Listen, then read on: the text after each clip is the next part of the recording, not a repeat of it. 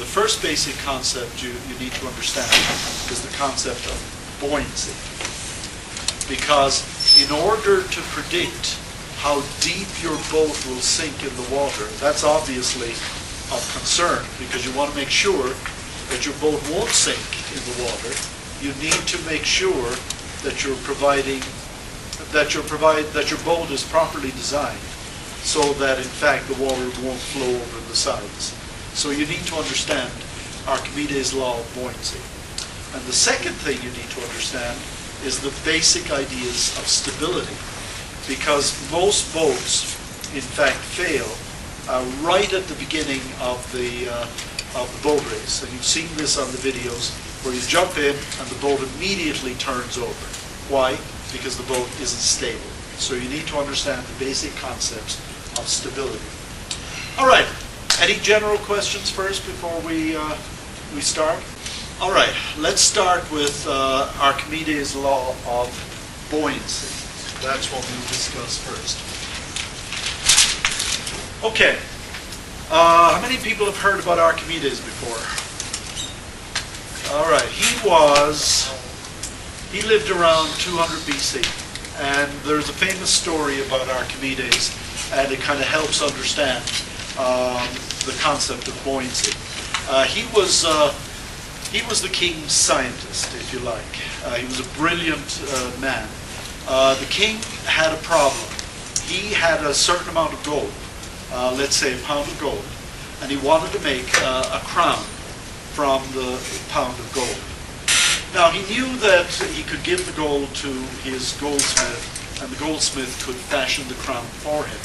But he was a suspicious kind of guy, and he suspected the goldsmith that he would mix baser metals with gold, and then remove some of the gold and keep it for himself. So he wanted to guard against that possibility. And so he gave the pound of gold to the goldsmith, and the goldsmith returned with a lovely crown that looked like it was gold. It weighed the same. It was exactly 1 pound weight. And so on the surface, it seemed like the goldsmith had used exactly the right amount of gold. But the king was still suspicious. So he went to Archimedes with the problem and asked him how he could be sure that all of the gold was in fact used for the crown. So Archimedes obviously weighed the crown. It weighed a pound, so, but he recognized that there was an issue here. How could you be sure? Anyway, he puzzled on this problem for weeks. And one day he was taking a bath. They didn't take a bath that often in Greece. So they took it once a week, let's say. So he stepped into his bath, and the bath overflowed. And he recognized immediately that the concept of volume was also important. And so he dashed through the streets of Athens, totally naked. He was the original streaker, shouting, "Eureka, I have found it." Okay? So he had the key insight that not only was the weight important, but also the volume was important. In fact, the ratio of those two quantities gives us what? Does anyone recognize what it gives us? The ratio of the mass of the body divided by the volume of a body gives you the density of a body.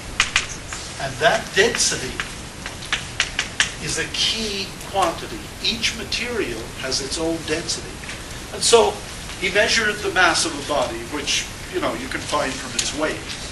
And he measured the volume of the body, can be found by a simple method of displacement.